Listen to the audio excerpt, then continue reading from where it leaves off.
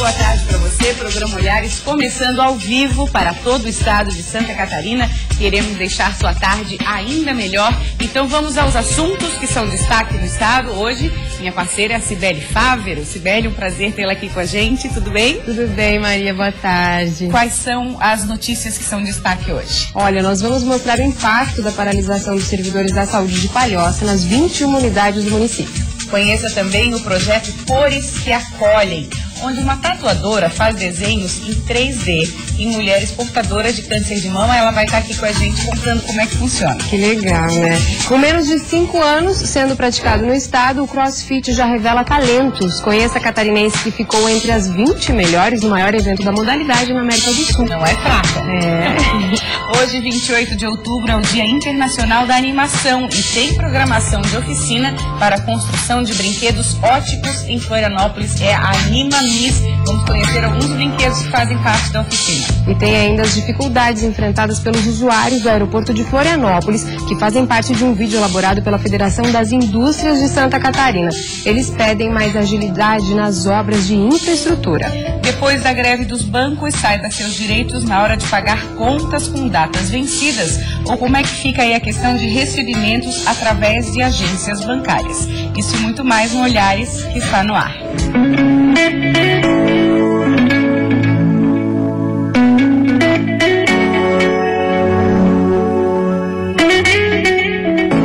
Nós começamos o programa de hoje atualizando aí a situação das chuvas no estado. Olha, Maria, enquanto muitos municípios já se recuperam das cheias e voltam à normalidade, em Rio do Oeste, na Serra, a realidade é bem diferente. Até esta terça-feira, 13 comunidades no interior continuavam isoladas em Rio do Oeste. Durante esse período, eles receberam auxílio da Defesa Civil, que levou medicamentos e mantimentos às famílias que não conseguiam sair de casa por conta da água.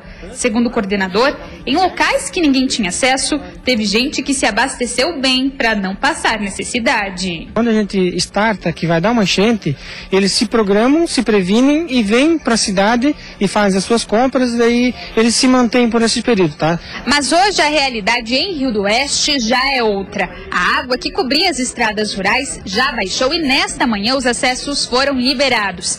Mesmo assim, as barragens do Alto Vale continuam operando em cota de segurança. Algumas já tiveram com portas fechadas e voltaram ao seu nível normal.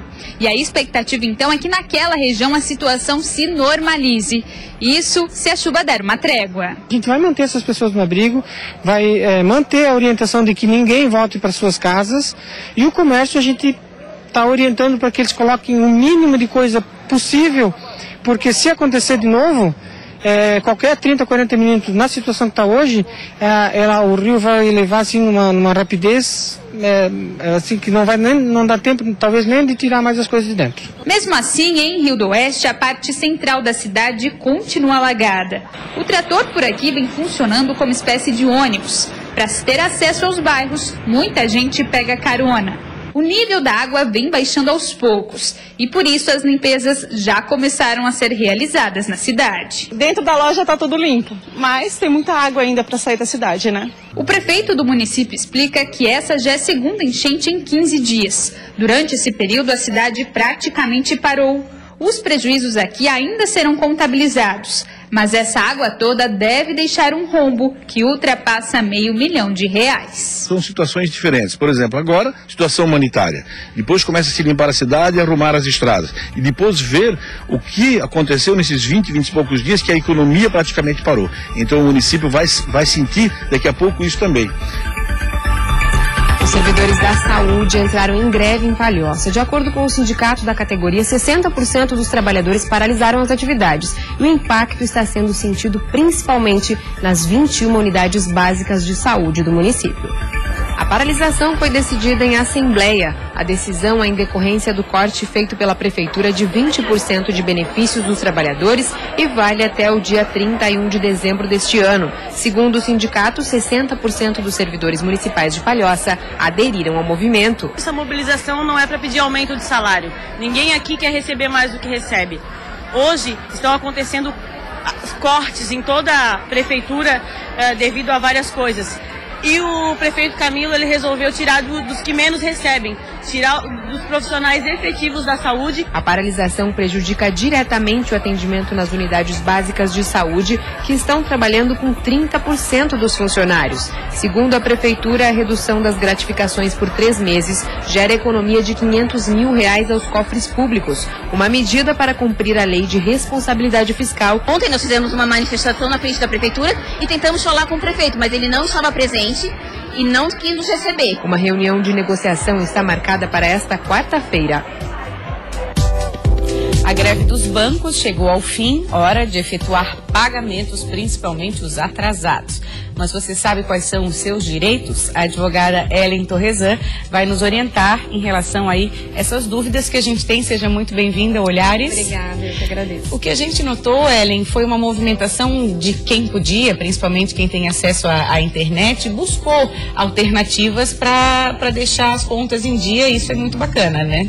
Sim, no período de paralisação, o consumidor teria que ter procurado mecanismos diferentes de pagamento, seja através de internet, seja via caixa eletrônico, seja correspondente bancário.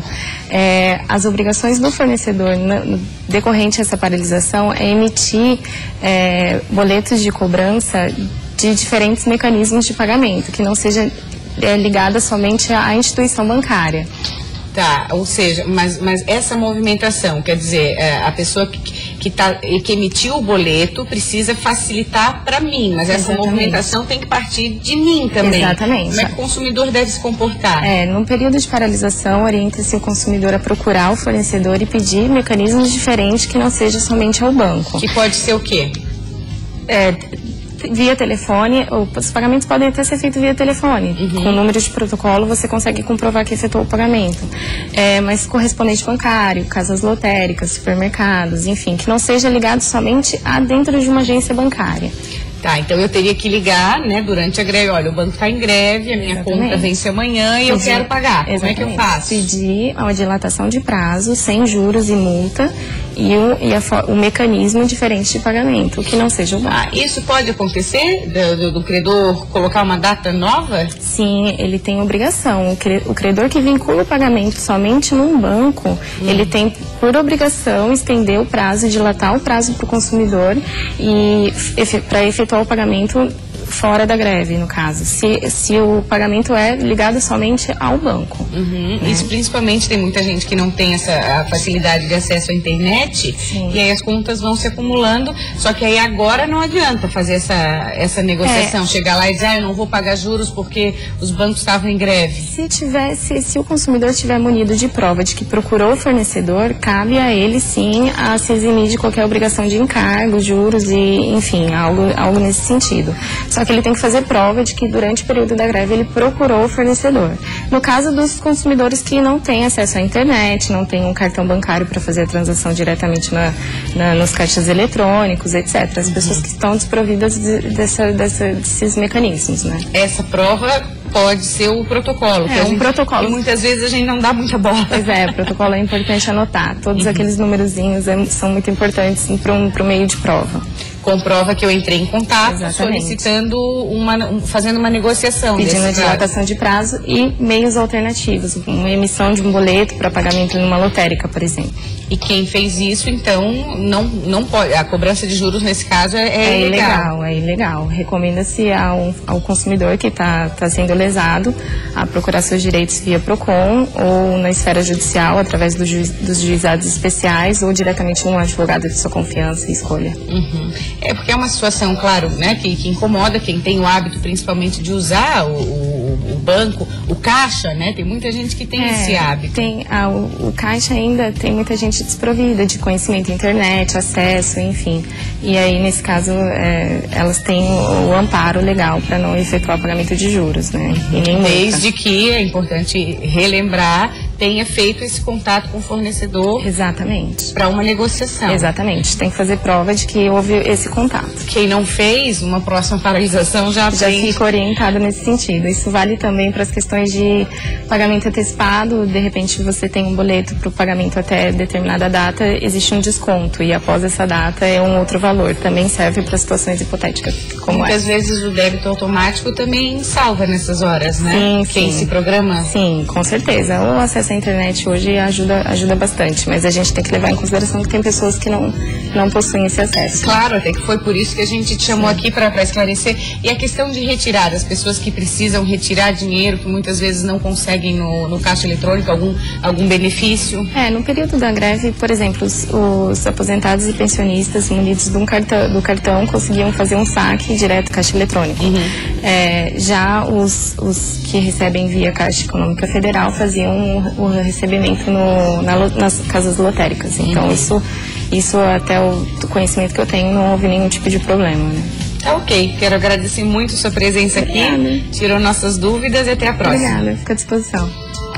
Depois do intervalo tem mais atrações para você. Nós vamos ver que às vésperas do feriado de finados tem um alerta, gente, para o abandono, para superlotação e para vandalismo em alguns cemitérios do estado.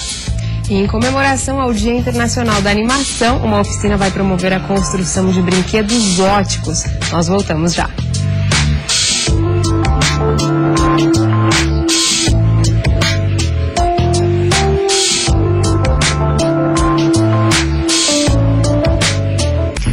Com a proximidade do feriado de finados, os cemitérios costumam receber muitos visitantes, mas a realidade durante o ano pode ser bem diferente. Até o vandalismo chega aos túmulos. E na maioria das cidades, o espaço é pequeno para abrigar tantas sepulturas. Mesmo assim, novas opções encontram dificuldades para ganhar espaço. Em Florianópolis, são 13 os cemitérios públicos. O maior deles, no bairro Itacorubi, tem cerca de 18 mil jazigos. Mesmo com 150 sepultamentos por mês, a Secretaria Municipal de Serviços Públicos garante: não há falta de vagas. Mesmo assim, deve construir 360 novos espaços verticais. Alguns até têm vaga de perpetuar, tá? O cemitério de Itacorubi é um que, nesse sentido, não há espaço de perpetuação livres, mas há espaço de perpetuação onde já estão ocupados. Já o abandono e a falta de manutenção preocupam. Com as chuvas constantes, até a dengue passou a ser uma ameaça.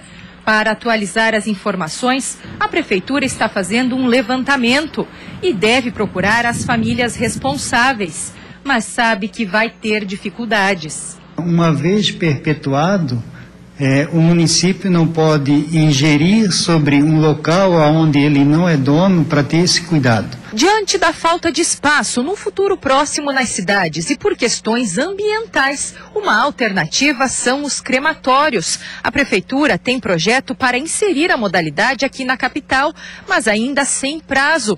Já a única iniciativa privada sobre o assunto enfrenta dificuldades para sair do papel. Que é um processo absolutamente mais higiênico do que o sepultamento na modalidade tradicional. E é um processo admitido sobre todos os pontos relacionado com religião. Não incide óbice algum. Depois, é algo bem mais barato e mais simples do que o sepultamento.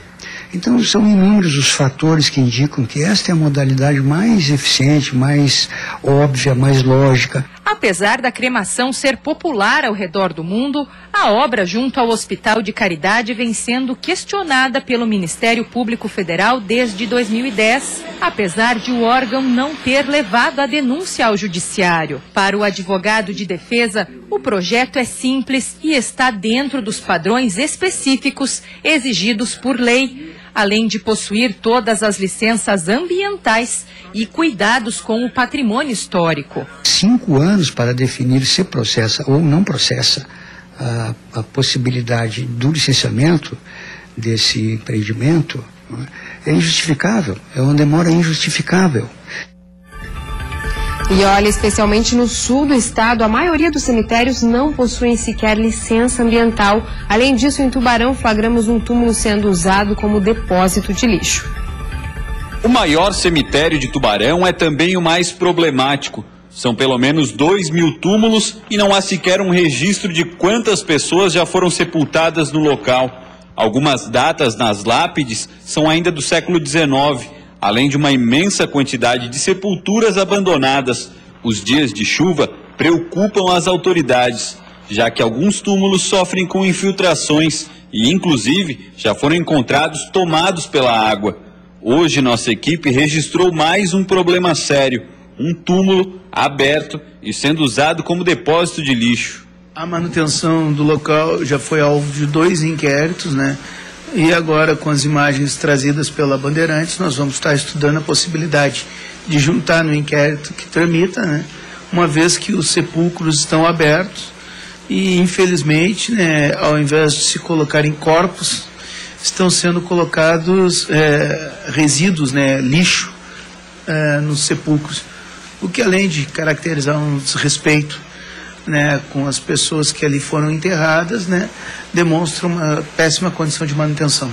O Ministério Público Estadual já instaurou há algum tempo um inquérito para apurar a situação dos cemitérios da região, já que a maioria não possui licença ambiental. O caso do Municipal de Tubarão é o mais preocupante.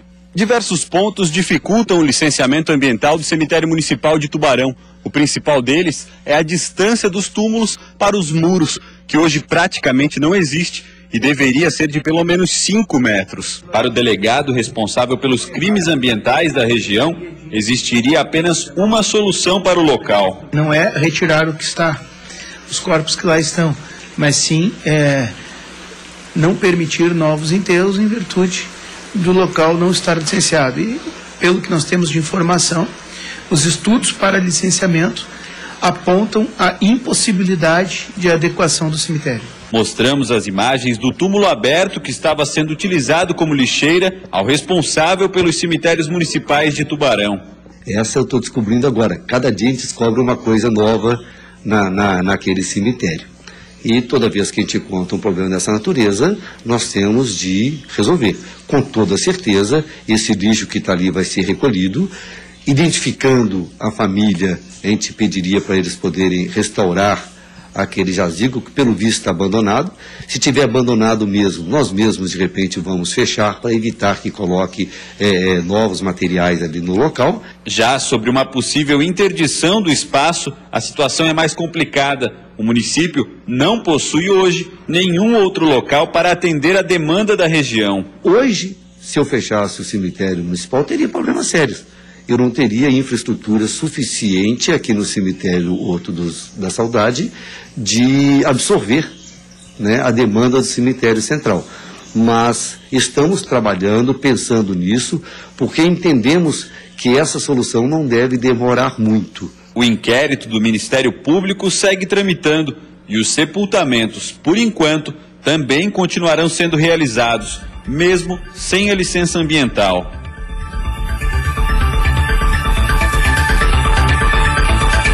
E a Federação das Indústrias de Santa Catarina lançou um vídeo onde retrata a situação do Aeroporto Internacional Hercílio Luz na capital. O material mostra a dificuldade enfrentada pelos usuários do terminal para chegar até as aeronaves. Cadeirantes e pais com crianças de colo sabem bem. Utilizar o aeroporto da capital em dias de chuva costuma ser mais difícil do que o normal. Os passageiros precisam se deslocar até as aeronaves em meio a poças d'água. E foi por causa desta situação enfrentada por quem utiliza o terminal que a Fiesc lançou um vídeo para pedir agilidade nas melhorias da infraestrutura do local. Para minha mãe, que é cadeirante, é um transtorno toda vez que ela vai voar, porque tem que subir aquela escadinha para chegar no avião, né? Até a gente chegar até o avião, a gente passa por um percurso que a gente pode se molhar, né? Eu acho difícil, porque até chegar lá a gente já está toda molhada. Acho que deveria ter um abrigo, uma coisa melhor para a gente, né? No vídeo, a Fiesc destaca a importância do aeroporto para o estado. Só no ano passado, 3,6 milhões de passageiros passaram pelo terminal. Mas essa movimentação já é superior à sua capacidade desde 2004. Dados revelam também que o aeroporto da capital está em 3º lugar na lista dos terminais em situação crítica e que operam acima do limite. Na verdade, o aeroporto é para ser entregue em 2008. Quer dizer, foi postergado para 2012, 2014. E agora 2014, e agora nós não temos a mínima perspectiva. Nós não temos conhecimento de qual vai ser, qualquer previsão, pelo menos concreta, de quando essa obra vai ser entregue. Através de nota, a Infraero comunicou à nossa equipe que a obra do novo terminal de passageiros do Aeroporto Internacional Hercílio Luz teve o contrato rescindido em setembro do ano passado.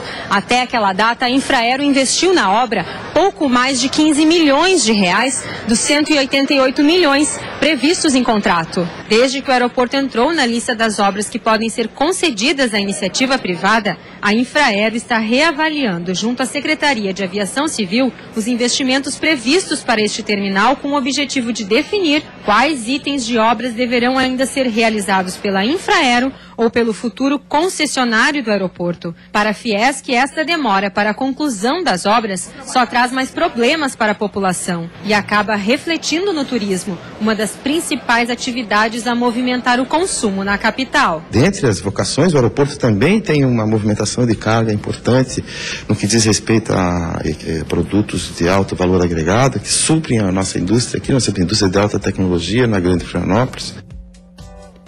Hoje é o Dia Internacional da Animação. Para comemorar a data, o Museu da Imagem e do Som promove o Anima Mais aqui em Florianópolis. Nós vamos conversar com a Ana Lígia Becker, que é administradora do MIS. Bem-vinda a Olhares, tudo bem? Muito obrigada aqui pela oportunidade de divulgar a oficina. Imagina, a animação é uma coisa que sempre chama a atenção de crianças e de adultos também, que eu conheço vários adultos que adoram aí um filme de animação e esses brinquedos aí que você trouxe pra gente ver, né?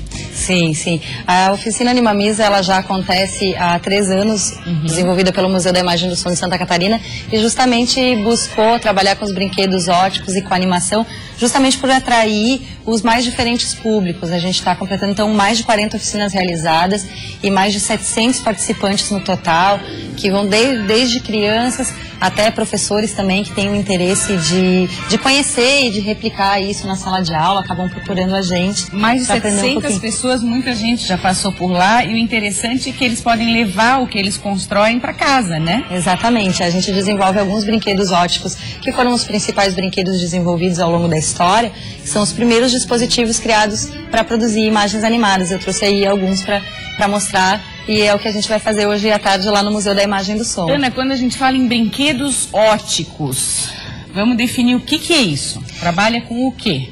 Então, os brinquedos óticos, eles foram mesmo brinquedos, a maioria deles brinquedos populares, sem um inventor. O Zootrópio, ele já tem um inventor conhecido, que foi um relojoeiro inglês, que desenvolveu como um brinquedo mesmo. Eles são dispositivos ou são brinquedos muito simples que permitem que a gente construa imagens animadas com desenho, mesmo antes da invenção do cinema propriamente dito. Foi daí que nasceu o princípio da animação, com essas experiências mesmo com brinquedos. E o que encanta justamente é a simplicidade, você não acha? Exatamente, é muito simples fazer, eu posso mostrar para vocês. E os nomes também são um os nomes já não são tão simples, né? Os nomes acabam sendo divertidos, porque esse aqui, por exemplo, gente, é o Zootrópio, é isso? Isso, exatamente. Zootrópio. O que mais que tem que você trouxe? Então, o brinquedo ótico mais antigo, é um brinquedo popular, a gente não sabe exatamente de onde surgiu, é um brinquedo popular, é o Taumatrópio. Então, ele é de 2 quadros, num deles eu tenho um movimento do personagem e no outro eu tenho a sequência do movimento. Quando eu giro ele rapidamente, a gente consegue assistir, no caso, o personagem saltando. Eu não sei super se a animado. Pode acompanhar lá no monitor, Ana. Se olhar lá, tá vendo? Ó, ele tá super animado, dá pra ver. Então, bem. como vocês podem ver, é bastante simples, né? É feito com papel mesmo, a gente não precisa de nenhuma grande tecnologia para produzir já. Isso aqui deve encantar mesmo, criançada. Aqui eu tenho mais um. Faz esse. Que ele não tá, acho que ele tá um pouquinho solto. Então, são movimentos dos passarinhos batendo asas. Dá pra ver? Esse não dá tudo. Assim, ó, o movimento dela. Muito legal. Esse aqui qual é? Esse aqui já é o folhoscópio. Então ele consiste de 2 folhas, na verdade. Na parte inferior a gente faz um primeiro desenho, no caso aqui com o pássaro com as asas para cima. A gente dispõe a outra folha por cima. Com a transparência do papel a gente pode copiar por cima o corpo, por exemplo, do pássaro e só mudar a posição das asas. Quando a gente enrola a folha de cima num lápis e gira rapidamente. Deixa eu pegar aqui. Vamos dar um jeito. Vamos dar um jeito de mostrar que é super interessante. Lápis e papel. Lápis e papel e caneta, né? Tá, e aí? Então, girando rapidamente, a gente também consegue assistir ao movimento do pássaro batendo asas. Tá voando, ó. Que graça. Muito bonitinho. E esse aqui, então, é um pouco mais complexo, é o zootrópico, que, como eu disse, foi inventado por um relojoeiro inglês, William Horne, que inclusive comercializou esse brinquedo. Ele fazia esse brinquedo e comercializava para as crianças. A base dele o que é, Ana? Na verdade, a gente pode fazer com diversos tipos de material, mas aqui é uma base de madeira e aqui uma bandeja de vaso de plantas. Então, dentro se monta uma tira, que na verdade já traz aqui o modelo para o filme cinematográfico, com a sequência do movimento do personagem. E quando a gente. Esse tambor ele tem várias frestas, então só é possível visualizar o movimento por meio das frestas. Então vamos ver se a câmera consegue pegar. É aí que a gente gira o tambor e aí a gente consegue assistir o personagem dando cambalhotas. Muitas cambalhotas, eu tô vendo aqui. Que legal. Mais um pouquinho. Então esse zootrópico, com essa tira, ele já, digamos assim, propiciou a ideia mesmo da sequência do filme cinematográfico, que esse brinquedo é mesmo anterior à invenção do cinema propriamente dito. Foi o início, bem a sementinha. Foi a sementinha. Depois dele veio o teatro óptico, que foi um experimento desenvolvido pelo Émile Renault em 1892. Ele fez em 28 de outubro ele fez a primeira projeção num teatro em Paris e que então deu origem ao Dia Internacional da Animação. O Dia Internacional da Animação ocorre em homenagem a essa primeira exibição pública do teatro óptico, que partiu do zootrópio, né, a primeira ideia para o Émile desenvolver o teatro óptico. Muito bacana. Aliás, o Museu da Imagem do Som está com uma ampla variedade de ações, né, que vocês vão desenvolvendo. A gente tem acompanhado. Parabéns pelo trabalho, Ana. E a gente tem ainda algumas vagas. Quem quiser ligar agora lá para o MIS 3664-2652, a gente tem algumas vagas. Quem conseguir correr até as 2 horas lá no MIS ainda pode participar da oficina. Tem que correr. Começa às 2 da tarde ali no SIC, né? Exatamente. Então, repete o telefone. 3664-2652. Ligando agora, garante ainda uma vaga na oficina hoje à tarde. E é importante dizer que é tudo gratuito, né? Exatamente. Pode se divertir, entender muito esse processo. Realmente, a animação é uma coisa que as crianças, principalmente, ficam assim, nem piscam, né? Quando tem os filmes. Muito legal. Obrigada, Ana. Mais uma vez. Obrigada pelo sucesso aí na oficina hoje, tá? Obrigada. Olha, daqui a pouquinho você vai ver que tem uma entrevista com uma tatuadora que há 5 anos faz tatuagens em 3D em mulheres que enfrentam o câncer de mama. Uma bela iniciativa, fique ligado. E você vai conhecer também a catarinense que se destacou entre as melhores no Monstar Games, o maior evento de CrossFit na América do Sul. O Olhares volta já.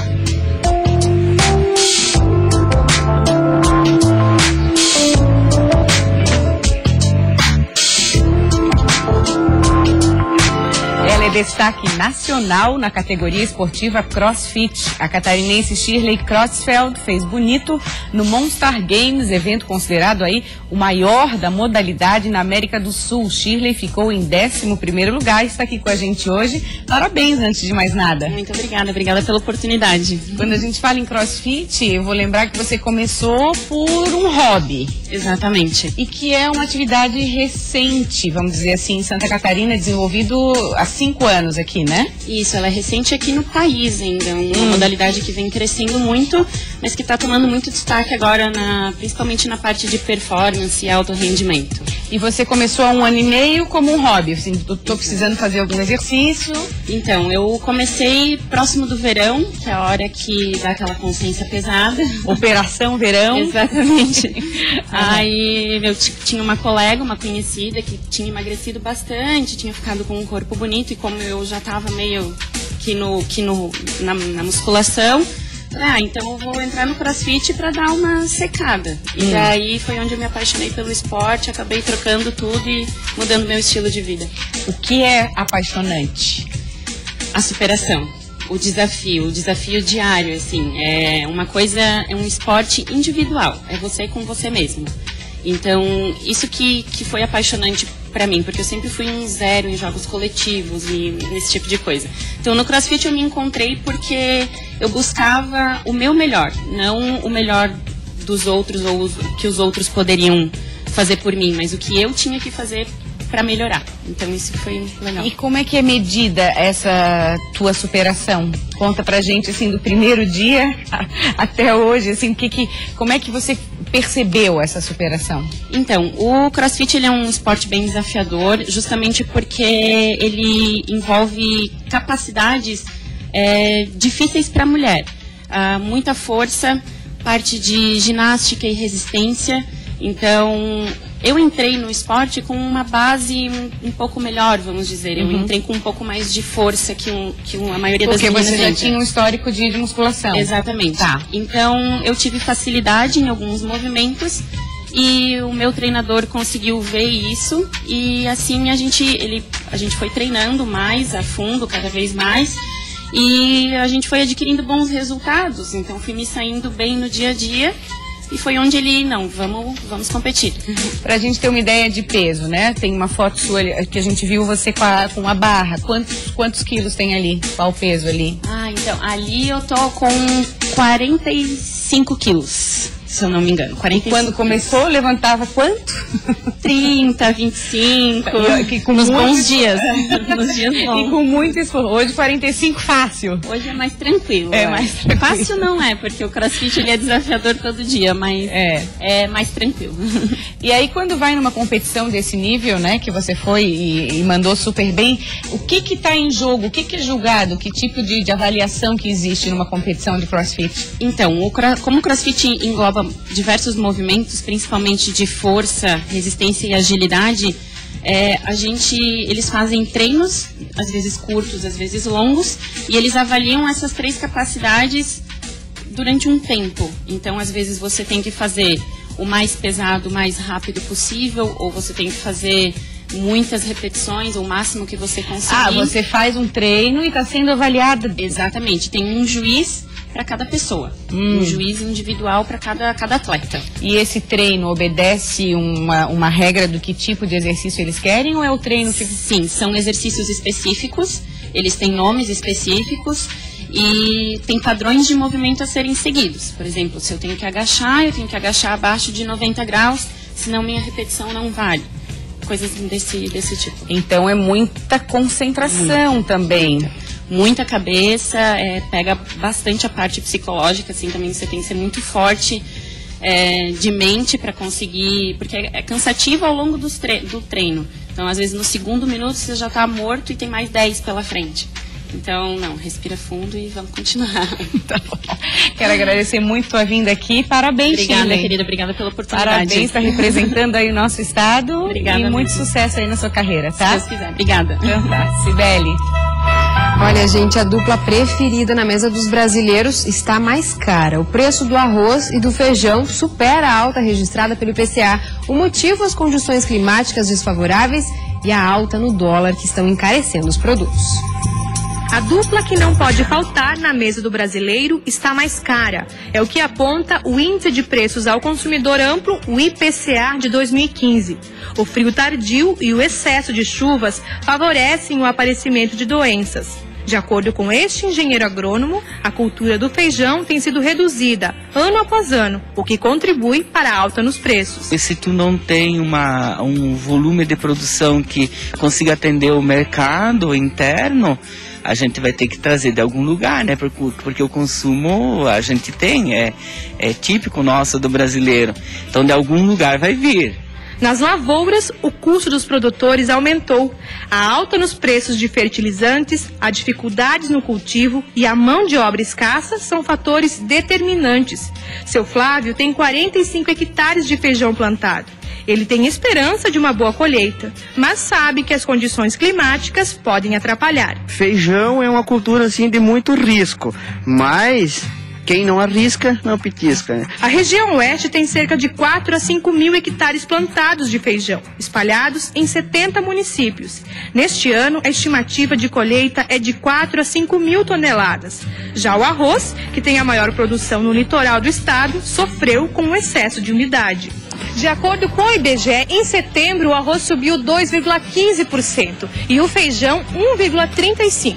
Parece pouco, mas o consumidor sente na hora de fazer as suas compras. Não só o feijão e arroz, como acho que os alimentos em geral, né? A gente vem percebendo o aumento dia a dia só no chegar no supermercado, né? Várias vezes, né? Fazer hoje feijão e arroz, amanhã não. Fazer mandioca, né? No lugar do arroz e feijão. Então nós, consumidores, a gente sempre tem que perceber essas coisas, notar essas coisas e a gente conseguir um preço menor para nossa mesa. E comer ele um dia, outro dia, vou deixar passar e assim tem que ir levando, né? Há 5 anos, a tatuadora Bárbara Niemetz vem desenvolvendo um lindo trabalho em portadoras de câncer de mama. Ela faz tatuagens em 3D através do projeto Cores que Acolhem, que nós vamos conhecer agora, né, Sibeli? Sejam bem-vindas, Bárbara e Sueli. É isso, né? Bárbara, a primeira dúvida que a gente tem, como surgiu essa ideia de tatuar mulheres que enfrentaram o câncer? E eu sei que tem a ver com a sua mãe que está do lado aqui. Bom, o projeto ele se iniciou emocionalmente em relação a mim.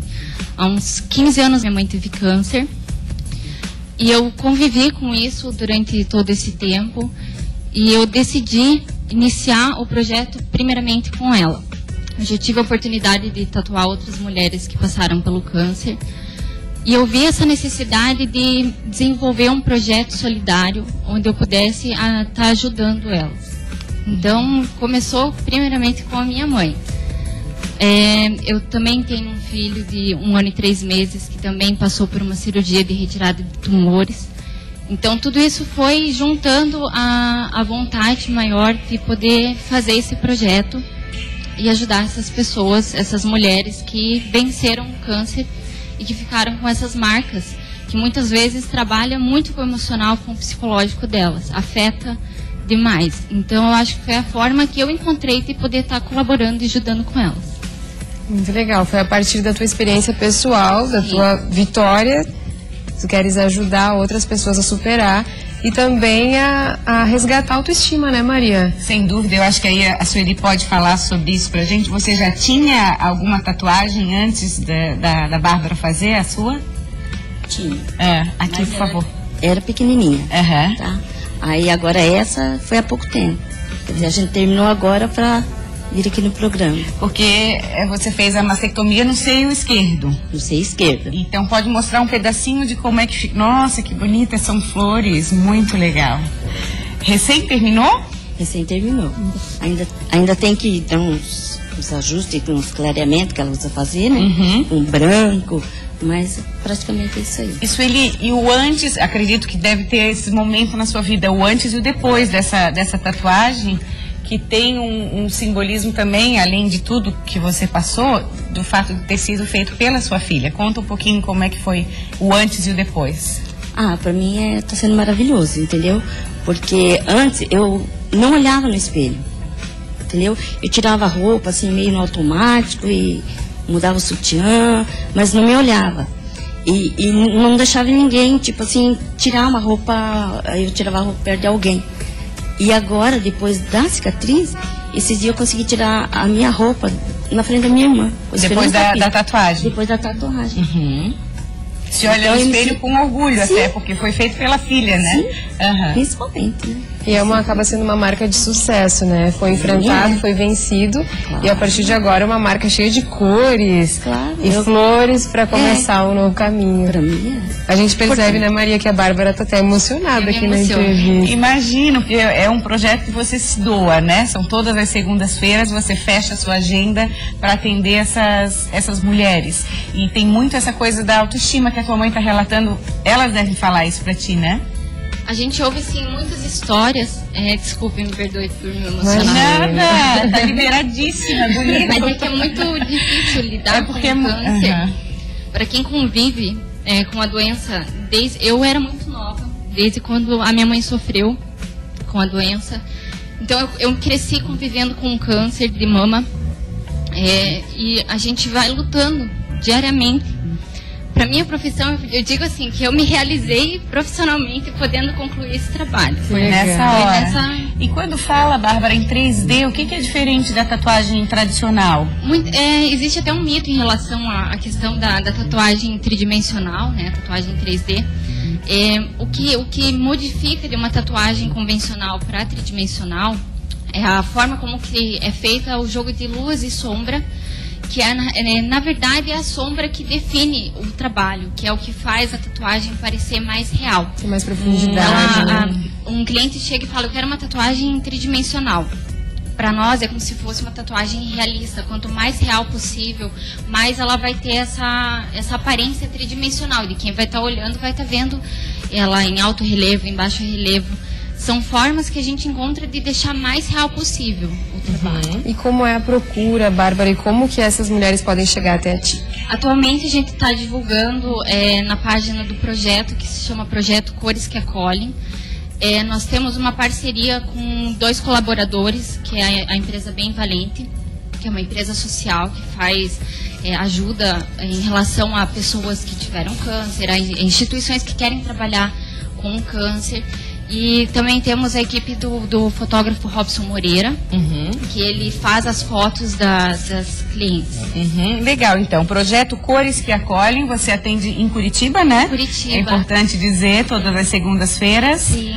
Quem quiser procurar pelo Bárbara Niemetz, tatuadora, e o Projeto Cores que Acolhem vai estar conseguindo entrar em contato com o projeto. Achar. Quero agradecer muito a vinda das duas aqui. A gente adora, né, Sibeli, compartilhar com nossos telespectadores esses projetos lindos. Parabéns e sucesso. Parabéns pelo trabalho.